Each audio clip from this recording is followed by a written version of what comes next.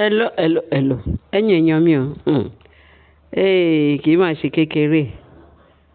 Wọ́n ní kábíyèsí o àti ṣé wọ́n sọ pé Naomi máa dé ní Fúlè ní October. Kí Ọlọ́run jẹ́ kó rí bẹ́ẹ̀. Wọ́n ní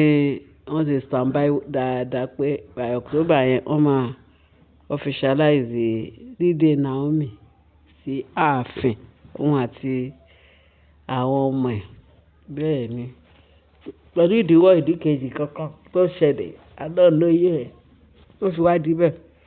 Wọ́n ti wádìí lọ wọ́n ti wádìí bọ̀ torí tí gbogbo àwọn obìnrin Ilé Ifẹ̀ gẹ́gẹ́ bá a ṣe gbọ́ àti àwọn elders àwọn onínúure torí àwọn onínúubú tó wà nù àwọn elders yẹn tó túbọ̀ ń kóná sí ìpalára ààfin yẹn pẹ̀lú àwọn olórí túláàsì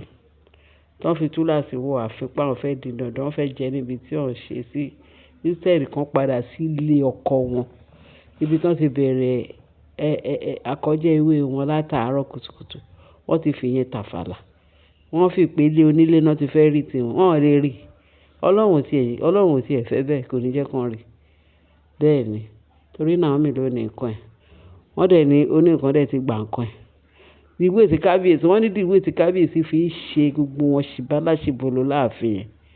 mo sọ fún wa pé kábíyèsí wa Maradona wọn ò mọ kábíyèsí òun náà ṣe kábíyèsí tó jẹ́ pé ó ti fi inú tọ́ gbogbo wọn ti ṣe gbogbo ẹ̀ wọ́n ti lérò pé kábíyèsí kò tiẹ̀ lè ìra kábíyèsí ò lè gbé ṣúgà mọ́ ṣùgbọ́n sì ìjàlọ ló gbé sí wọn ní kiri wọn kì í dẹ̀ ń ṣe ìrà ìjàlọ ló ń bá ìtì wọn sìn kábíyèsí ti di ìjàlọ tó ń fi iná mọ́ gbogbo wọn kábíyèsí ò dẹ̀ ń ṣe ìrà mọ́ ò torí ìrà ibikíbi tí wọ́n bá fẹ́ sí ó máa gbà bẹ́ẹ̀ sí ìjàlọ wọ́n ń pè ní sójà àǹtì tẹ́ bá ń gbọ́ sójà àǹtì kábíyèsí ló ń jẹ́ bẹ́ẹ̀ fún àwọn olórí yẹn àtàwọn àwọn túláàsì àwọn tó ń ṣèbàjẹ́ tó ń wá ìbàjẹ́ lọ́tún lọ́sì ṣùgbọ́n wò pẹ̀lú gbogbo ẹ̀fọ́ náà mú nǹkan títí wọn ò tiẹ̀ fi dùn mí nìyẹn wọn bá sáré wọn á fẹsẹ̀ kọ wọn á ṣubú dànù bẹ́ẹ̀ ni yóò máa jẹ́ fún àwọn yóò máa rí fún àwọn oníṣẹ́ ibi nínú ayé olúkálùkù wa bẹ́ẹ̀ ni wọ́n ní kábíyèsí sì ó sì gbàgbára gidi gan wọ Naomi Ọlọ́run kó fún Naomi ní okun àtagbára láti fi ṣiṣẹ́ náà ní àṣepé àti Ọlọ́run á fún ṣe pẹ̀lú ògo Ọlọ́run wọ́n ní gbogbo income àwọn gbogbo nídìí wọn ẹ̀ṣẹ̀ mọ̀ pé sálárì àti gbogbo nǹkan tí kábíyèsí máa ń fún benefit gbogbo amenities tí kábíyèsí máa ń fún gbogbo àwọn olórí láàfin tó ló máa ń sanwó fún maintenance ara fún kínní gbogbo ẹ̀ kábíyèsí ti fi bà wọ́n jẹ́ wọ́n wá ń ṣe ilé ayé ṣìbáṣìbò torí ẹ̀ wọn ò lè lọ torí ọkọ wọn tán fẹ́ síta àti ìtàn fẹ́ síta o àti ìtàn fi ilẹ̀ kan tó wádìí sọ́ọ̀bù Naomi nílé ọkọ tiẹ̀ kò sí ibi tán ti máa rírú ẹ̀ nǹkan tí kábíyèsí fi bà wọ́n jẹ́ nìyẹn wọ́n dẹ̀ wá fayọ̀ fọ́ pẹ̀lú ayọ̀ tán fi fọ́ yẹn kábíyèsí ní yes òun dẹ̀ máa ṣe 15 fún wọn tó jẹ́ pé wọ́n máa realize pé nǹkan táwọn ń ṣe yìí kò bójú mu wọ́n ti ń realize wọ́n ní Naomi náà wá fi sí in charge administration gbàgbà ló ṣe sọ olóma wà ní in charge tó máa san salary olóma wà ní in charge gbogbo òkèrè admin officer bí director dẹ̀ ní Naomi ó máa láwọn ọmọọṣẹ́ ní ọ́fíìsì wọ́n ti ya ọ́fíìsì fún àti àwọn ọmọọṣẹ́ àwọn tó máa ṣiṣẹ́ lábẹ́ Naomi kan pàápàá òun ló máa gba àwọn ọmọọṣẹ́ tó lọ fún bọ́ sí admin ní ọ́fíìsì ẹ̀yin ló máa san sálárì àwọn ará bíbà ẹni máa san gbogbo ìkáwọ́ gbogbo nǹkan tó wà ń bẹ̀ kábíyèsí ó ti hand over fún Naomi gẹ́gẹ́ bí àṣegbọ́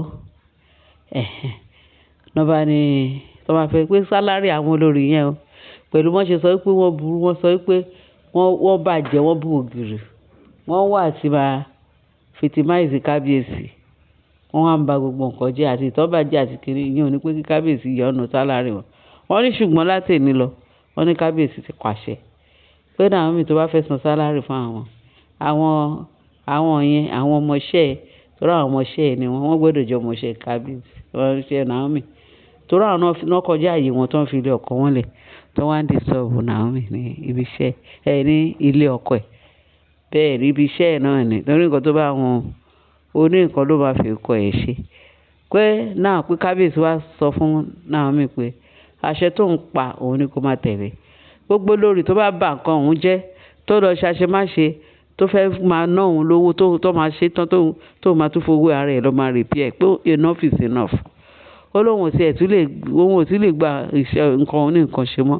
òun dẹ̀ máa ṣe níṣu pé next time báyìí ìyẹn tó máa yìí wà láàfin pé next time báyìí kó wọ́n ní fọwọ́ kọ̀ọ̀kan ìbàjẹ́ fún òun tó máa fún ara ẹ̀ máa rọ́ gbogbo ẹ̀ máa ṣe gbogbo àtúfowó ẹ̀ lọ máa rọ àwọn náà bàjẹ́ o tó báà ní wọn ò tún ṣe ní máa tẹ́ra mọ́ láti máa ṣe irú ìbàjẹ́ yẹn wọ́n ní kábíyèsí ti pa láṣẹ òun ò gbọ́dọ̀ tó gbọ́ pé sálárì wọn máa pé ẹni tó bá ṣe irú kan bẹ́ẹ̀ owó ẹ̀ ò ní pé owó maintenance ò ní pé half payment náà máa fún wọn á pé sálárì wọn ní 50% wọ́n ní kábíyèsí tí wàá sọ owó wọn ti di 50% ìyẹn ẹni tí kẹ́ni tó bá kọ̀míìtì àṣemáṣe tó bá nǹkan ní nǹkan jẹ́ tí gbogbo ẹ̀ tó bá kọ̀ sí ìnáwó ńlá fún kábíyèsí wọ́n ní kò jọ pé gbogbo ọ̀ràn kọ́ràn tó gbogbo wọn bá dá láàfin tí kábíyèsí máa sọ pé ẹ jẹ́ kí n lọ ṣe padà pàápàá jùlọ irú ìtí Ashley tó rán àwọn jàǹdùkú tán lọ fi na Adétutù tán fi ba nǹkan ẹ̀jẹ̀ tán fi ṣe tí kábíyèsí tán mú ilé ẹ̀ tán sún tán bá gbogbo dúkìá ẹ̀jẹ̀ ṣe mọ̀ pé kábíyèsí òun ló tún sáré lọ tún ṣe tó lè ń ṣe wọ́n dá gbogbo wàhálà yẹn sí kábíyèsí lọ́rùn gbogbo ìnáwó tán máa ń dá sí kábíyèsí lọ́rùn kábíyèsí ní kò jọ ó ní sálárì wọn 50% wọ́n máa dá sí 50% ló máa dá sálárì wọn sí tó jẹ́ pé tí ó bá ti ń kọ̀ sí tó bá ti ń ṣe irú ẹ̀ tó dẹ̀ ti ń kọ̀ sí wọn ní ìnáwó tó ti ń kọ̀ sí wọn ní gbèsè pé wọ́n bóyá wọ́n á ṣíwọ́ tó bá dẹ̀ ṣíwọ́ àwọn ọdẹ náà mọ̀ wọ́n ní wọ́n ti ń ké yáhùn tì wọ́n ní táwọn olórí yẹn tó ń gbọ́ pé kábíyèsí ó ti pàṣẹ pé kò sí ọ̀fẹ́ mọ́ ẹnikẹ́ni tó bá dáràn ó máa fọwọ́ ara ẹ̀ gbé ni ó máa forí ẹ̀ fà sálárì ẹ̀ ló máa fi gbà pé gbogbo nǹkan kíkan maintenance tí kábíyèsí ṣe fún wọn pé yẹn ti stop wọ́n ní kẹ́nu sókè wọ́n ṣe wọ́n ní káwọ́ yẹn wà lọ́wọ́ Naomi sí ẹni tó bá wọ̀ fún kó gbọ́ tí ò bá dẹ̀ wọ̀ fún kó wọ́ dànù kúrò láàfin nǹkan tí kábíyèsí tiẹ̀ fẹ́ nìyẹn kábíyèsí tiẹ̀ ó fẹ́ pé kán bínú kúrò láàfin torí ẹ̀ gbogbo lọ́ọ̀ tí kábíyèsí fẹ́ gbé tó ti gbélẹ̀ kọ́nà jẹ́ kó mú ṣẹ ọlọ́run á dẹ̀ ràn Naomi lọ́wọ́ torí wọ́n lẹ́ni tó rán ni níṣẹ́ là ń bẹ̀rù ẹni tá a fẹ́ jẹ́ fún ẹ̀yìn èèyàn mi mo ní kí n sáré gbélé sí etí ìgbọ̀ wá kí ẹ lè mọ bó ṣe ń lọ ẹ ṣé gan bẹ́ẹ̀ ṣe ń tẹ́tí sí wa ààbò ọlọ́run àánú ọlọ́run orí ọ̀fẹ́ ọlọ́run adájú lórí wa o ẹ bá mi share ẹ bá mi like ẹ bá wa subscribe kéde bá a fi tó kù sí comment section Jésù Olúwa wa àánú ọlọ́run á wà pẹ̀lú yín ẹ ṣé gan mo dúpẹ́ o bye.